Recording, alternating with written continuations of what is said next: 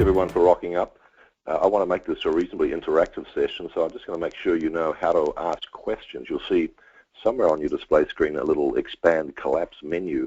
It's a little orange rectangle with a white arrow. If you click on that, then what happens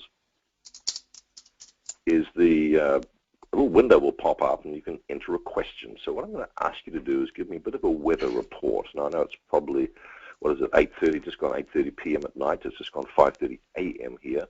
So looking out the window, it's rather dark. But so just type in the city you're in and what the weather's like, and just to make sure you know how to ask questions and answer them, because I will be asking questions on the way through. So if it was here, I'd be saying Castaways Beach, dark, but otherwise probably sunny. So pop it in, whether it's London, Winchester, wherever you're in, pop in the name of the city or the town you're in and what the weather's like. And we'll just make sure that you're all able to ask questions on the way through.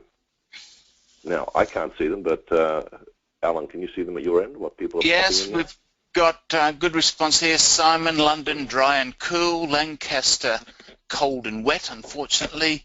Jamin, London's clear and windy. London's okay. David's in here as well. Rachel, Leeds, very windy up that way. We've just had a fairly major storms coming through the UK, so I think we're getting the tail end of that.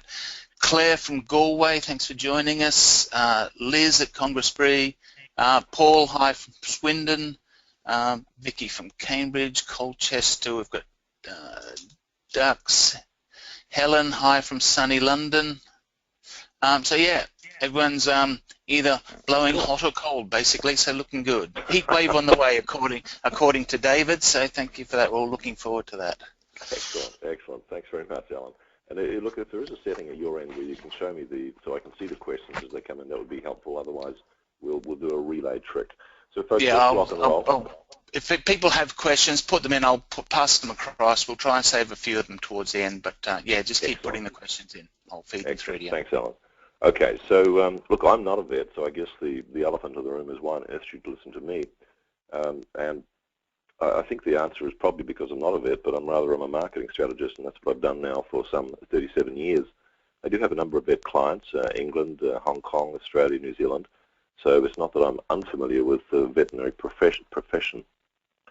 There's a little story I can tell you that might help to serve the purpose of this particular slide. It's about a Swiss watchmaker, and he's sitting in his Swiss watchmaking shop, and he's making his little watches, and every morning a tall stranger comes to his window and has a look in the window and has a look at the watches as if he might be interested in buying one perhaps, and he looks in the other window and looks at the ladies' watches and looks at the gents' watches, and then he just wanders off. And of course the Swiss watchmaker is getting a little bit upset after a month or so of this. He's thinking, why doesn't this fellow come in and buy a watch? So one morning he's waiting for the tall stranger as he walks by and has a look in the the window, I should say. The Swiss watchmaker, by the way, that's very hard to say quickly, Swiss watchmaker, opens the door and introduces himself and looks, can I help you with a purchase perhaps? And the tall gentleman says, no, I'm not, look, thank you very much all the same, but I'm the fellow actually who I set the clock tower every morning, and I always stop in your window because we all know how accurate your watches are, and I go and then set the clock tower. And the Swiss watchmaker looks somewhat horrified and says to him, oh dear, dear, dear, we might have a problem because I always set my watches to your clock tower. So what's that about? What it's about is when you do what the other person does, you don't actually know if what they're doing is correct. So there is some advantage sometimes in having someone, the likes of Alan, who's not actually involved in a practice currently, I should say, looking from the outside in, and I like to think that I carry there some of that advantage. So that's perhaps why sometimes it's interesting to get a perspective from someone who's, in this case, a marketing specialist or strategist outside of the veterinary industry. Now, Alan, can you let me know, is my audio holding up when I change slides? Yeah, audio's good. It's fine on the phone, so no problem with that. Duper. All right, let me know if it becomes a problem, and then I can just talk after the slides changed. So what I'm going to suggest to you, kind attendees, kind enough to be here and listen to this, is I'm going to suggest that, like every single other profession in the world, that you would benefit from making a slight shift. And the slight shift is that you shift from thinking of yourself as simply a veterinarian or a practice manager or whatever the position or role might be within the practice, to being a marketer of vet services. So my experience is, whether you're a doctor, a lawyer, an architect, or whatever industry you may be in, when you shift from thinking of yourself as being a person that represents that particular profession, but you shift to thinking of yourself as a marketer of those services, then an enormous amount of benefit comes along in terms of helping more people to experience the value you provide within your practice, and increasing revenue, and also feelings of satisfaction as you serve more people and help more. And I presume it's mainly small animal practices we'll have here. So the shift in thinking is not to say that you abandon being a veterinarian, necessarily, not at all. Some people will want to do that and move to larger practices and be the leader and the manager of several, perhaps, large practices.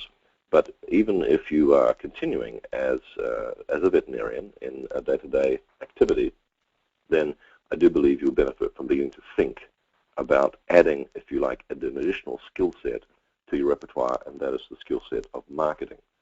So let me pop out a little agenda up on the screen, and I won't spend too much time going through this agenda because I want to spend more time on the actual content. So we're talking about marketing strategy, and therefore I want to kick off by saying, well, what is marketing? Because a lot of people confuse it with things like advertising or selling. A lot of my new clients are seeking some feeling of relief by knowing that their future is secure because they've secured lead generation and new client systems. And marketing is all about having your phone ring and having people bring more of their, having pet parents, as we call them, bringing more of their pets into your clinic or practice. So that's what marketing is. It's not about you doing telemarketing and going outbound.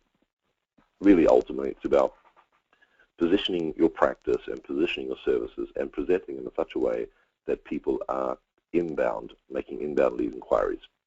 So what we're going to look at is some kind of pieces of the puzzle, and once you put it all together, what happens is you create a flow of highly qualified new clients coming into your business almost every week of the year, and you don't have to go out and sell, and you don't have to do any telemarketing, you don't have to do any door knocking, and you don't have to do any expensive advertising. So that's and you can have that happening virtually every week of the year. So that's kind of the core message is, when you develop some marketing muscle and you develop a series of systems which bring in new clients on a regular basis, if you like, it's not completely predictable, at least semi-predictable. It's like a tap that you can turn all the way on when you want a lot more. You can turn it halfway off when you want to reduce the flow a bit, and you can turn it off completely if you can't cope with, you don't have the capacity to cope with, but you are in control. I think that's the main point. So let's look at marketing versus selling. If we used bees as a metaphor for clients, then what selling would look like, it would look like you going out and chasing the bees. And I suspect the bees don't have much of a brain, but even though they would be in trouble. And so here's the thing. It's a lot of energy required, and the bees aren't particularly enjoying it, and it's hard work. It's not particularly fruitful if the bees don't want to be caught. Whereas with marketing, what we do is we put a honey pot out, and we have the bees come in, and it's a much more, if you like, organic and relaxed and natural process. So I have very, very, very few clients. Of the couple of thousand or more that I've had over the last 37 years, I've had very few that like selling. They feel like they're trying to squeeze a square peg into a round hole. And the interesting thing is that if you think about going into a store where you really just want to browse and you have someone who's trying to, may I help you, or they start actually trying to sell you stuff, whether you're at a car sales yard or something like that, or it's a telemarketer calling you and hassling about your telephone account or your energy account. People don't like being sold, and most of us don't actually like doing the selling. But whereas people don't like being sold to, people do love to buy things, and they love the experience of engaging with a professional service provider. So that's the difference between selling and marketing. Selling tends to be outbound, reasonably inefficient and ineffective, whereas marketing is inbound. So when the phone rings, we know someone is already interested in your service.